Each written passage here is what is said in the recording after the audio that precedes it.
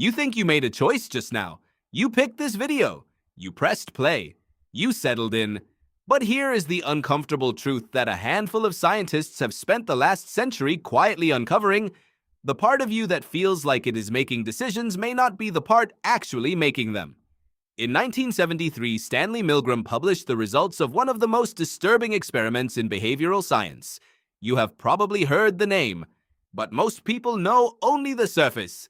Because the deeper finding, the one that gets quietly glossed over, is far more unsettling than the experiment itself. It is not just that people obeyed, it is why.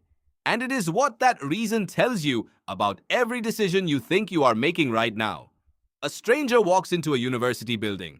They answer a newspaper ad about a memory study.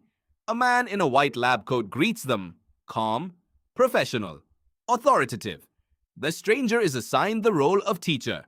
Another participant, the learner, is taken to an adjacent room and strapped to a chair, electrodes attached to their wrist. The teacher sits in front of a machine covered in switches, each one labeled with a voltage.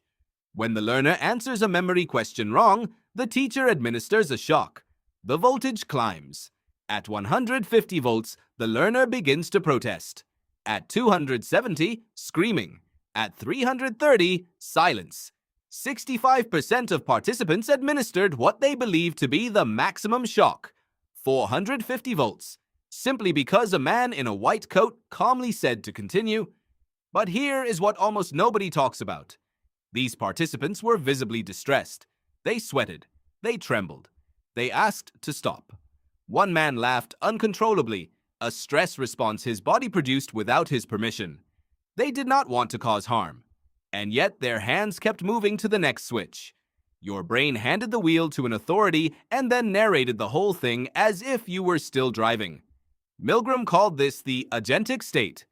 When you enter it, your brain stops acting as an independent agent and starts acting as an instrument of something outside itself. A system, a structure, a person in a coat. And you do not notice it happening. The internal voice that says, I am choosing this, I am deciding this keeps running, it just quietly edits out the part where you stopped being in charge. In 1983, neuroscientist Benjamin Libet wired participants to an EEG and asked them to flex their wrist whenever they felt like it. They noted the exact moment they felt the urge to move. What he found was that the brain registered a surge of electrical activity, readiness potential, roughly half a second before the participant consciously felt the desire to move. Your brain started preparing the action before you knew you wanted to do it. The decision was already underway beneath your awareness. The conscious experience of choosing arrived afterward, like a news anchor reporting on events that already happened. Researcher John Dylan Haynes later extended this work and found that predictive brain activity could be detected up to 10 seconds before a conscious decision. 10 seconds. The choice already forming in the dark before the lights came on. Your brain is resisting this right now. That resistance is not an accident. It is a feature. Harvard psychologist Daniel Wegner spent years studying what he called the illusion of conscious will, the feeling that your conscious thought caused your action.